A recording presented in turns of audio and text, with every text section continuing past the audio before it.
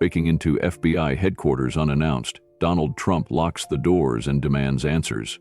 Corrupt officials tremble as he exposes shocking secrets, uncovering a hidden network operating in the shadows. As the truth unravels, one chilling discovery changes everything. What did Trump find, and who will fall? Before we continue this incredible story, let us know where you're watching from. If you enjoy stories like this, subscribe to the channel, because tomorrow we have another inspiring story you won't want to miss. The morning at FBI headquarters in Washington, D.C. started like any other. A rigid, calculated routine. Agents in tailored suits strode through the hallways, their polished shoes clicking against the marble floors. Some clutched files marked classified, others whispered into secured lines, their voices hushed but urgent. At the main entrance, security personnel stood at their posts, eyes scanning every visitor, every badge, every movement. Inside, the tension was ever present but familiar. This was the heartbeat of America's most powerful law enforcement agency. Then, in an instant, the unthinkable happened. The towering doors of the FBI's main lobby swung open with force, their brass handles slamming against the walls with a resounding boom. The sound echoed through the building, commanding silence. Every agent, every secretary, every official froze mid-step. The air itself seemed to tighten as eyes snapped toward the entrance, and there, standing in the doorway, was Donald J. Trump, the 47th President of the United States.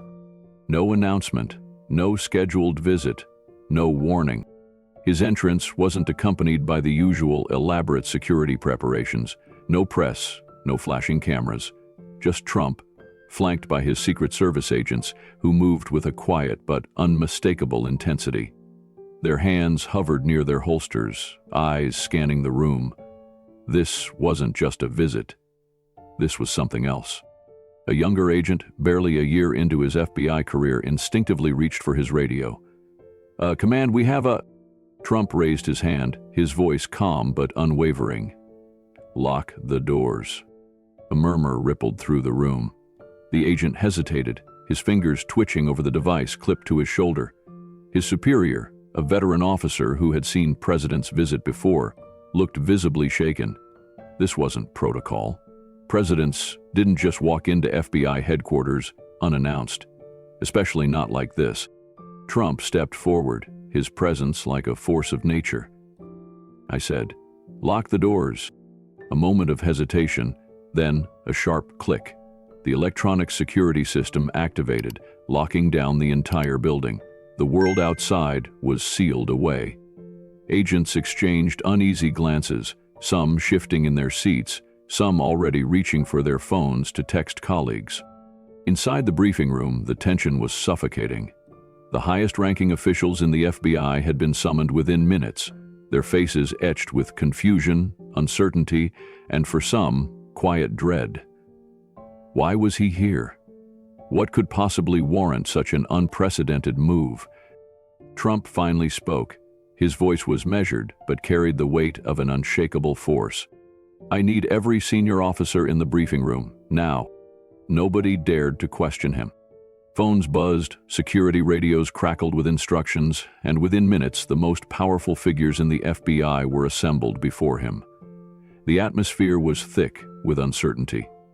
Every man and woman in the room knew whatever was about to happen next would change everything. Inside the FBI's main briefing room, the air was thick with tension. The highest-ranking officials sat rigidly in their seats, their faces drawn, their postures stiff with unease. The sudden lockdown of the building had sent a ripple of shock through the agency. No president in history had ever done this. At the front of the room, Donald J. Trump stood tall, his presence as commanding as ever. His eyes swept over the assembled officials, some of whom had served under multiple administrations, men and women who believed themselves untouchable, immune to scrutiny. But today, Trump was here to break that illusion. A single folder rested on the podium before him. Its edges were crisp, its contents hidden, for now. But the mere sight of it made more than a few officials shift uneasily in their seats. They knew what was coming. "Let's get one thing straight. Trump's voice cut through the silence like a blade. "I didn't come here for politics. I didn't come here for pleasantries. I came for the truth." A murmur spread through the room, hushed but frantic. The agents exchanged glances, their hands gripping the edges of the conference table. This wasn't just a speech. This was a reckoning. Trump lifted the folder and slammed it onto the table, making several officials flinch. He leaned forward slightly, his voice lowering, but in that quiet tone was an undeniable authority that commanded attention. Too many people in this agency have forgotten their duty. Too many wear this badge and title while betraying the very people they swore to protect. That ends today. Silence. Then, a single breath from the far end of the table. FBI Director Thomas Reynolds, a man who had spent decades inside the Bureau, cleared his throat. He was an older man, well respected in public circles, but behind closed doors, he had built a career on maintaining powerful alliances in the shadows. "Mr. President," Reynolds began, his voice calculated, steady, "if you're implying that this agency has been compromised..." Trump raised a hand, cutting him off. "I'm not implying anything, Reynolds." His eyes burned with intensity as he flipped open the folder, revealing a stack of classified documents. "I have proof." The temperature in the room seemed to drop. The pages were covered in names, case files, transactions, evidence that the FBI's leadership had been infiltrated by corruption. False investigations, wrongful imprisonments, intelligence leaks, backdoor deals that had endangered American lives. And every name on that list belonged to someone in that room. A visible shudder passed through some of the agents. Others sat frozen, their faces pale. They hadn't expected this. Trump lifted a particular document and held it up for everyone to see. The case file of a man named Michael Connolly, a private citizen accused of espionage and arrested 6 months ago. FBI Deputy Director Leonard Baxter, a figure known for his ruthless pursuit of national security threats, had signed off on Connolly's detention. Deputy Director Baxter, Trump's voice turned razor sharp, "This man was thrown into a holding cell under your orders. Do you know where he is now?" Baxter shifted in his seat, his fingers tapping against the table. A nervous tick. "Mr. President, he's dead." The words sent a shockwave through the room. A heavy, deafening silence followed. Trump took a slow step forward. Michael Connolly was an innocent man. He never got a trial, never got a chance to prove his innocence. He died in a federal cell under FBI watch, and you, Baxter, signed the order. Baxter's breath caught in his throat. His face was ghost white. "Sir, I was following protocol," he stammered, but the words felt hollow even to himself. Trump's gaze was unrelenting. "Whose protocol?" Baxter didn't answer. He couldn't. The room was crumbling under the weight of truth. Trump turned his attention to another document. This time it bore the name of Special Agent Richard DeLuca, a senior agent involved in multiple politically motivated investigations. Trump narrowed his eyes.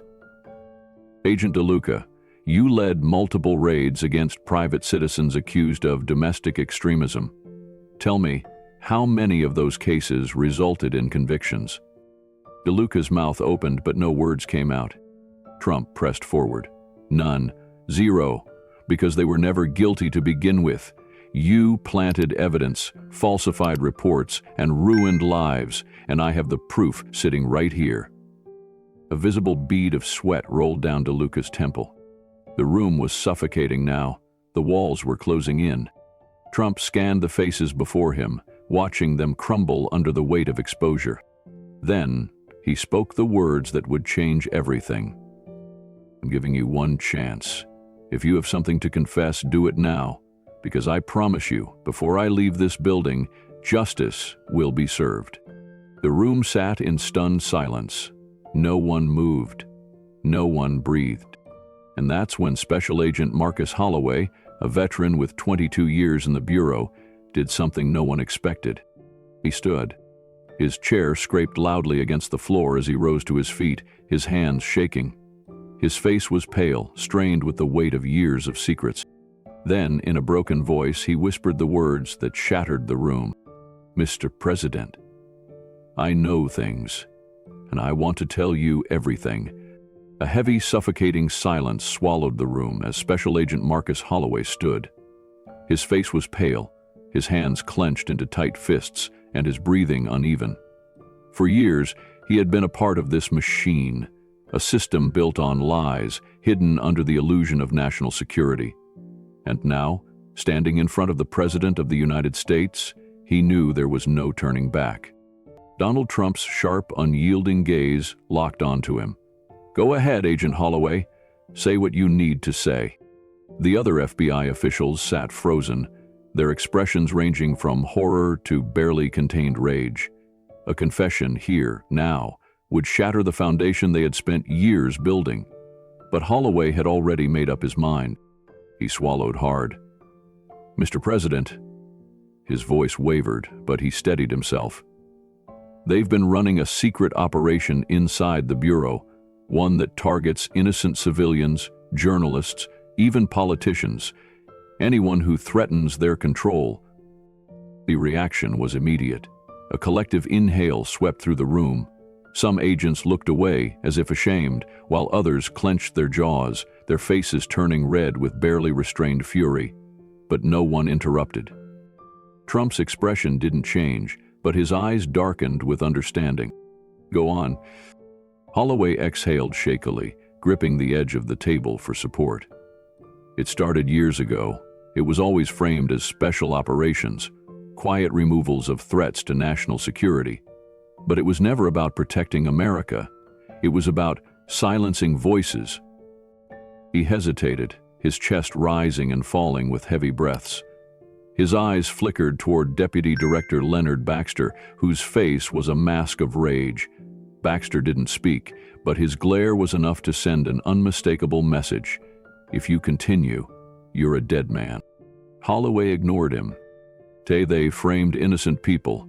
His voice gained strength, planted evidence, created crimes where none existed, and when people started asking the wrong questions, they disappeared. Trump's fingers drummed slowly against the podium. "How many, Agent Holloway?" A bead of sweat rolled down Holloway's temple. He licked his lips, his throat dry. "At least 60 that I know of." Another collective gasp. Some agents visibly paled. Others shifted in their seats, suddenly hyper-aware that the walls were closing in. Trump tilted his head. "Where are they now?" Holloway hesitated. His hands trembled as he spoke the words. "Some are in black sites. Others didn't make it." The room went deathly still. Trump's jaw tightened. His fingers curled into fists on the podium. "You're telling me that American citizens, innocent people, have been imprisoned or killed under the orders of this agency?" "Yes." Holloway's voice was barely above a whisper. And then chaos erupted. Deputy Director Baxter shot to his feet, his chair scraping against the floor with a violent screech. "This is nonsense, lies. Mr. President, you can't seriously believe—" "Shut up, Baxter." Trump's voice cut through the uproar like a blade. Baxter's mouth snapped shut. Trump turned back to Holloway. "Names." Holloway's breathing turned shallow, fast. He reached into his jacket pocket, pulled out a small, folded document, and set it on the table. "This is a list of the operations I know about, the people who gave the orders, the people who carried them out." Trump stepped forward, taking the paper with a steady hand. He unfolded it, his eyes scanning the names. Then, his expression darkened. At the top of the list was FBI Director Thomas Reynolds. Trump lifted his gaze. Reynolds was already rising from his chair, his face a storm of barely contained panic. "Mr. President, Sit down." Reynolds froze. The sheer weight of Trump's voice sent a tremor through the room. Slowly, the director lowered himself back into his seat, his hands gripping the armrests so tightly his knuckles turned white. Trump turned back to Holloway. "Keep talking." Holloway's lips parted, but before he could say another word, boom. The heavy doors at the far end of the room burst open. Armed agents flooded in. "Nobody move," one of them barked. Chaos exploded. Several officials jumped to their feet, their hands raised defensively. Secret Service agents immediately surrounded Trump, guns drawn, shields raised. The room turned into a battleground of tense stares and drawn weapons. And then, a voice, cold, commanding, "Stand down." The agents froze. The tension was suffocating. And then, stepping through the doorway, hands clasped behind his back, his face unreadable, Attorney General William Carter. A hush fell over the room. The man who had direct oversight of the Justice Department had just entered the battlefield, and no one knew what side he was on. Trump's eyes locked onto him. "Mr. Attorney General, are you here to arrest these men or to protect them?" Carter's face was a stone wall, no expression, no emotion. Then, slowly, he turned to Holloway. "Major Holloway," his voice was measured, almost too calm, "are you prepared to testify?" The weight of the question hit like a freight train. Holloway's breath hitched. His eyes darted to the men around him, men who would have him killed if he spoke another word. Trump watched him closely. He didn't say a word, didn't pressure him, but his presence alone said everything. Holloway swallowed. His heart pounded against his ribs. Then, he nodded. And in that moment, the war inside the FBI officially began. A suffocating silence fell over the room as Attorney General William Carter stepped fully into the briefing hall, his sharp, calculating gaze scanning every individual present. The tension was thick as smoke, choking the air as every agent, official, and staff member in the room realized what was unfolding before them. At the front of the room, Donald Trump stood tall, his expression unreadable but his presence dominating the space. He had walked into FBI headquarters unannounced, turned the agency on its head, and now, the highest-ranking law enforcement officer in the country had just entered the battlefield.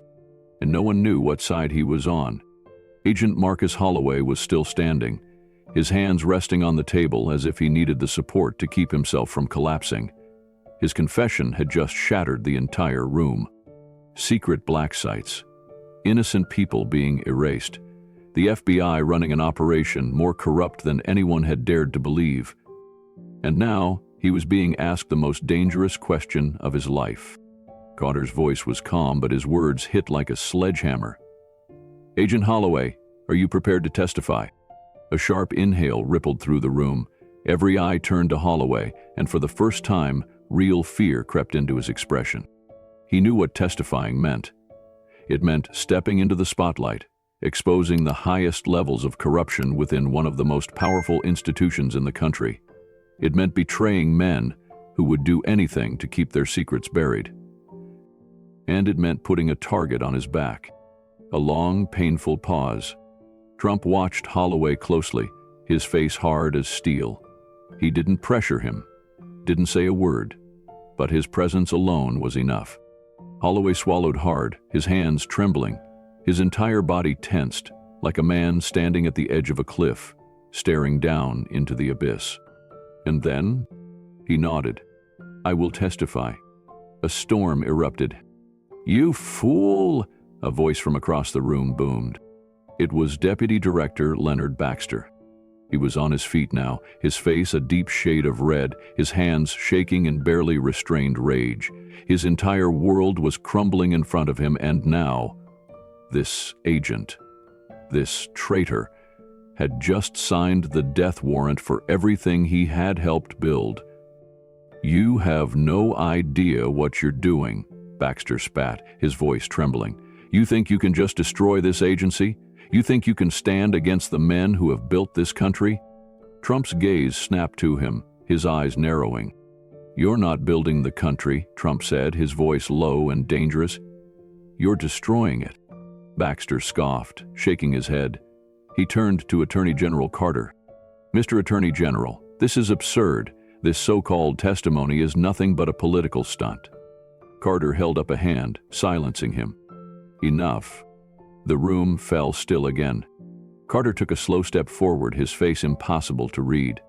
"I've known for a long time that something was wrong in this agency," Carter said slowly, his words deliberate, heavy.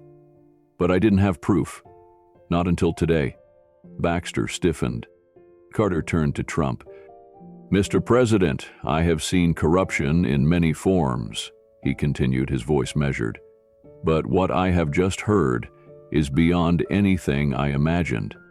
Another silence fell over the room. Then, Carter turned to the line of armed agents who had entered behind him. "Deputy Director Baxter," Carter said, his voice sharp as a blade, "as of this moment you are under arrest." The room exploded. "This is madness," Baxter shouted. Agents jumped to their feet, some in protest, some in shock, some in relief. Secret Service agents moved in immediately, cutting off any possibility of resistance. Guns drawn, orders barked. The chaos of the moment threatened to spiral out of control.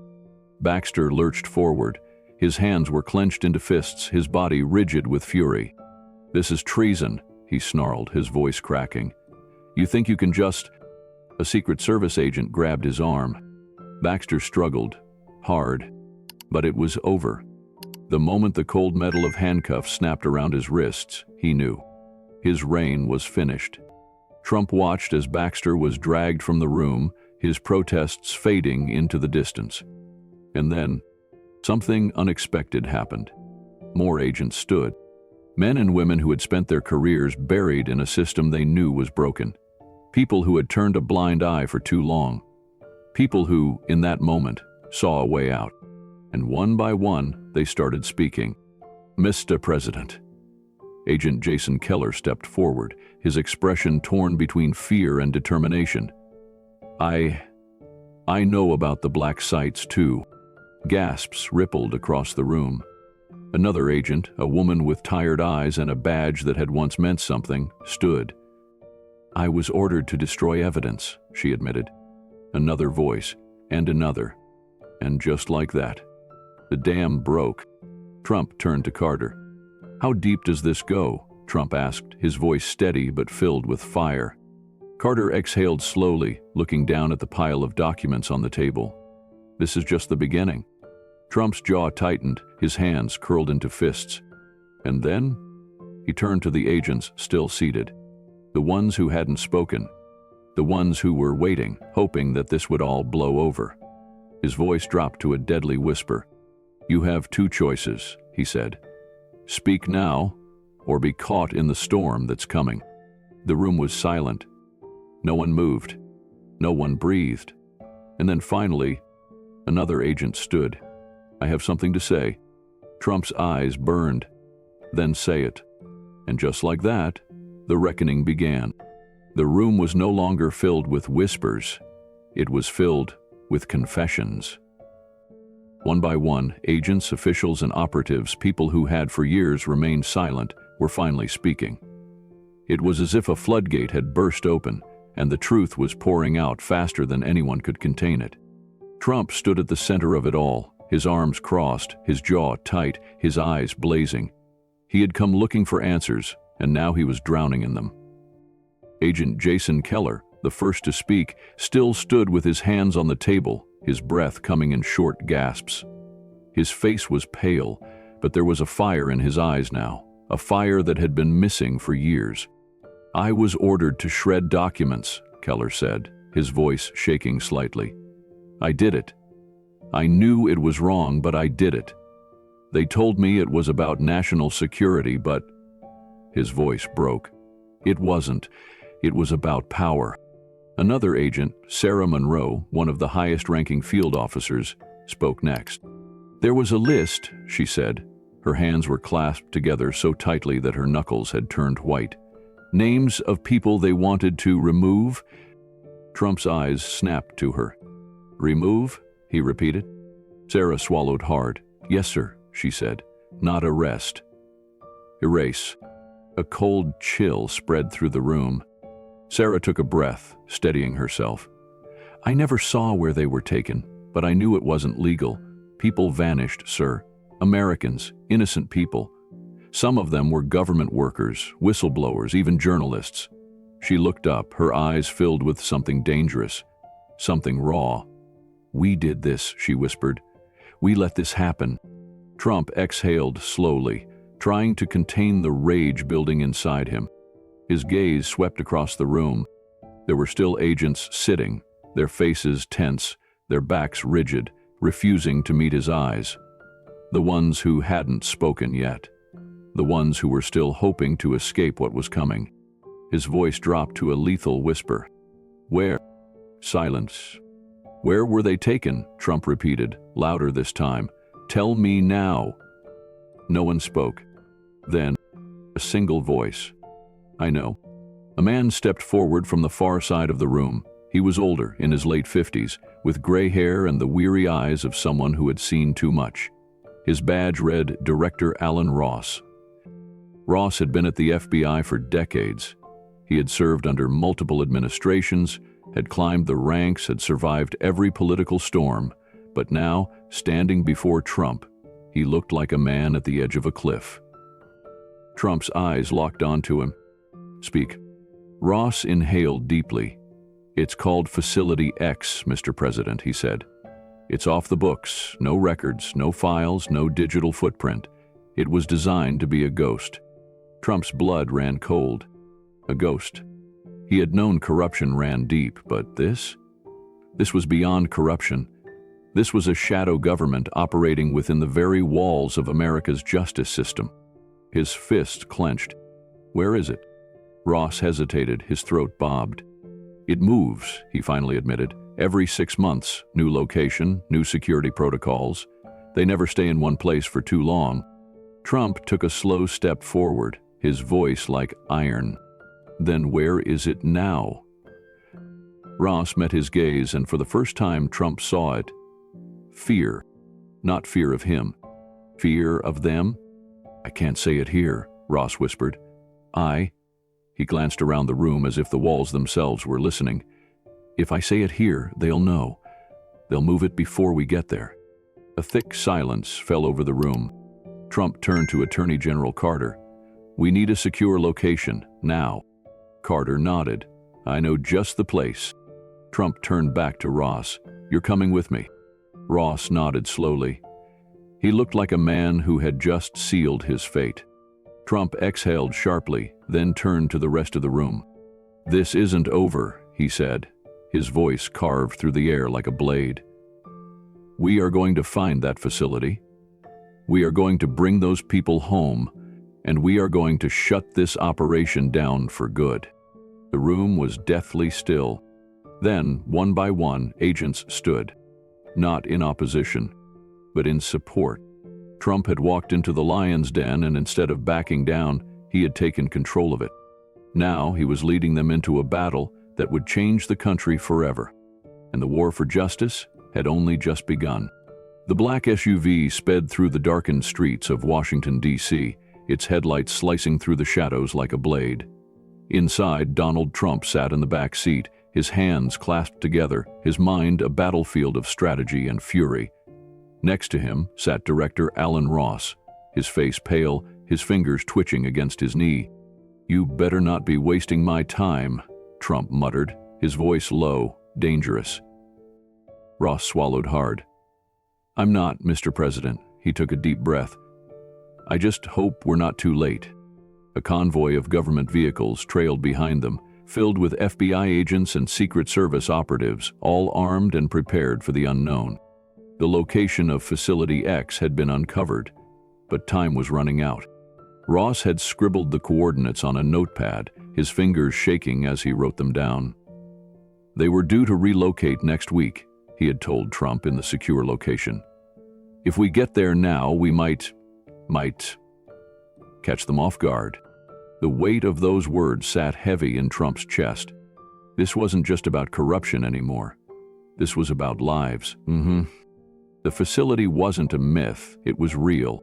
A secret prison, buried within the folds of America's own justice system, holding people who were never meant to be found. Journalists, whistleblowers, political dissidents. All locked away, erased from the records, their only crime being that they knew too much. Trump clenched his fists. This was why he had walked into FBI headquarters. Not just to clean house, but to dig out the rot that had poisoned the very system meant to protect the American people. And now, he was about to expose the biggest scandal in modern history. The SUV made a sharp turn, heading toward an abandoned military compound on the outskirts of the city. The air was thick with tension as Trump's convoy approached a pair of massive steel gates, topped with barbed wire. The second they got close, the radios in the vehicles crackled to life. "Sir, we have movement," a Secret Service agent announced. "Armed personnel spotted. They know we're here."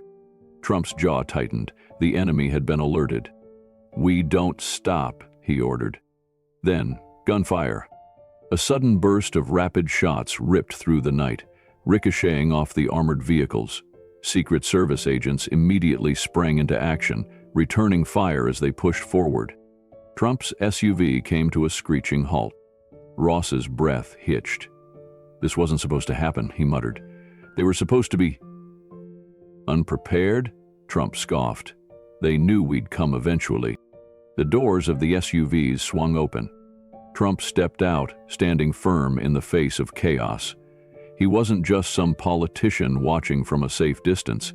He was leading this charge.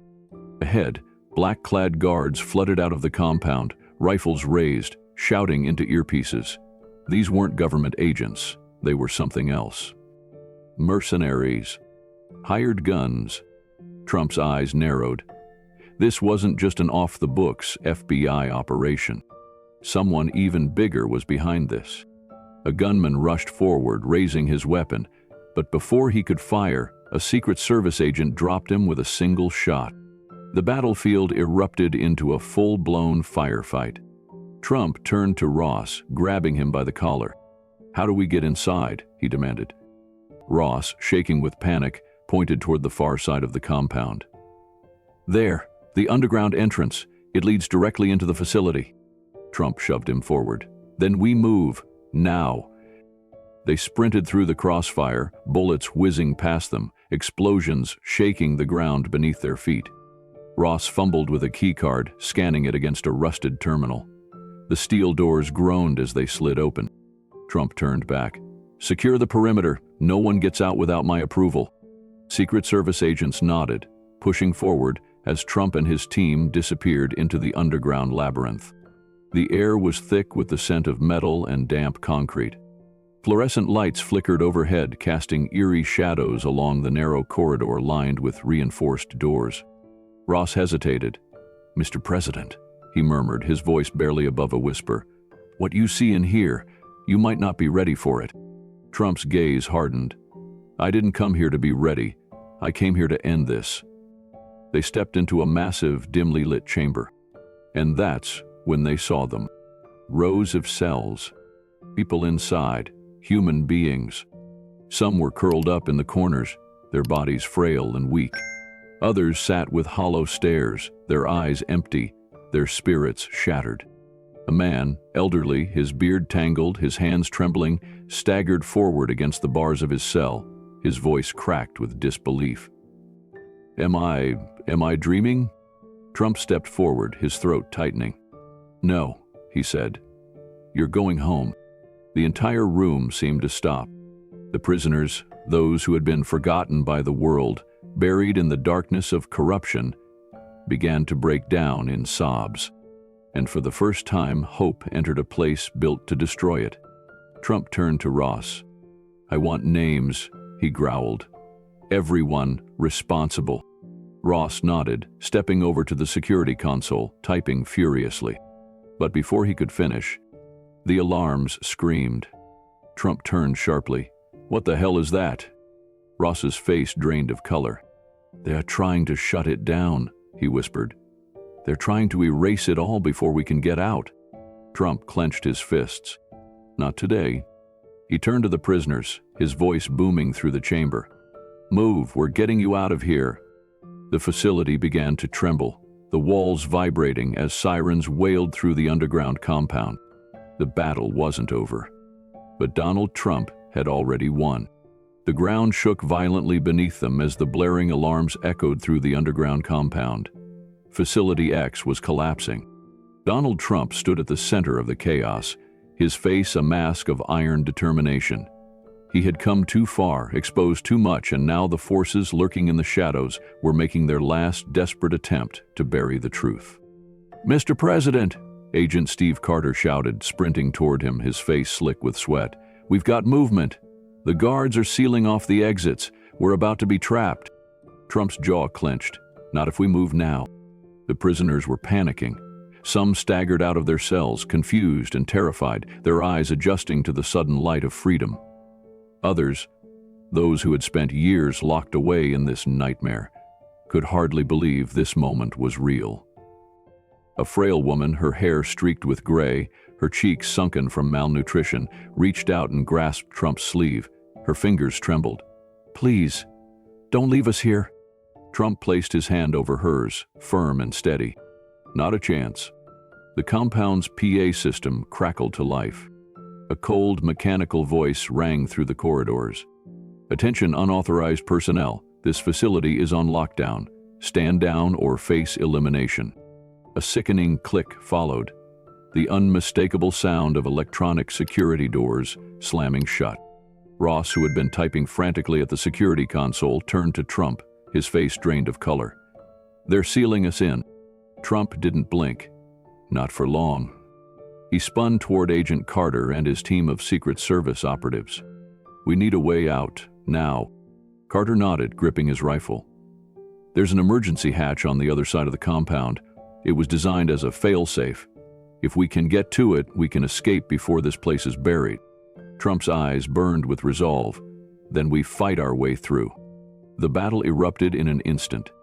As Trump and his team led the frantic rush of prisoners toward the escape route, gunfire tore through the air. Armed mercenaries, the last line of defense for the deep state's darkest secret, descended upon them. Trump took cover behind a steel column as bullets ripped through the concrete walls. Sparks flew, alarms blared, and the air filled with the deafening sound of chaos. Ross ducked beside him, his breath ragged. "They're everywhere." Trump gritted his teeth. "Then we take them down." With precise, calculated movements, the Secret Service agents returned fire. The sound of automatic rifles crackled through the corridors as Trump's men pushed forward, clearing a path through the enemy forces. Then, out of nowhere, a booming explosion.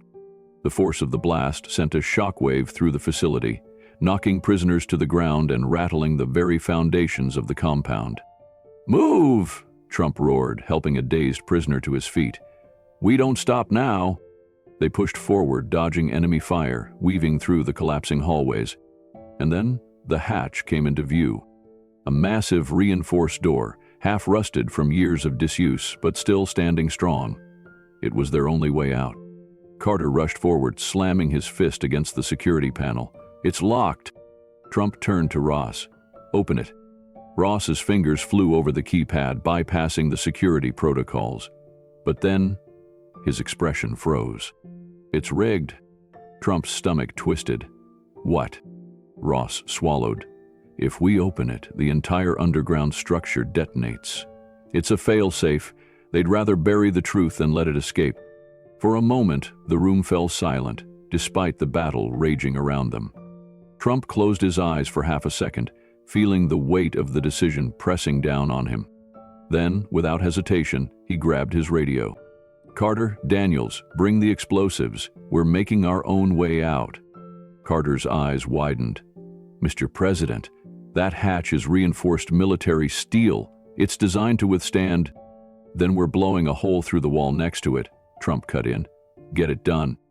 Daniels and Carter set to work immediately, rigging explosives along the side wall, while Trump and the others held the line. Every second felt like an eternity. The last of the prisoners huddled near Trump, their faces pale, their eyes flickering with desperate hope. Trump turned to them, his voice firm, unwavering. "Hold on, you're about to walk free." Then, boom! The explosion rocked the facility, shaking the very ground beneath their feet. The reinforced wall collapsed in a cloud of dust and smoke, revealing a gaping hole leading to the surface. Daylight poured into the underground hell, and for the first time in years, those who had been forgotten saw the sun. Trump's voice boomed over the chaos. "Go, go, go!" Prisoners rushed forward, staggering into the open air, their chains of oppression finally shattered. Trump was the last to exit, making sure every last soul had made it out. As he stepped into the light, the full scale of what had just happened hit him. They had done it. Facility X was no more. But even as Trump turned to look at the smoldering ruins behind them, he knew this war was far from over. This was only the beginning. He turned to Agent Daniels, his voice cold, sharp. "Get me a list of everyone involved in this, everyone who knew this place existed." Daniels nodded. "Yes, sir." Trump's gaze hardened as he looked at the horizon. They thought they could bury the truth, but the truth had just walked out of the shadows, and it wasn't going back. As the dust settled and the last of the prisoners stepped into the light, Donald Trump stood victorious, but not complacent. This was never just about one facility or a handful of corrupt officials. It was about something much deeper, the very soul of America. What happened in FBI headquarters and Facility X was a battle between truth and deception, between those who served justice and those who manipulated it. For years, secret forces operated in the shadows, silencing those who dared to speak out, erasing people from existence, and burying the truth beneath layers of bureaucracy and corruption. But today, justice had won.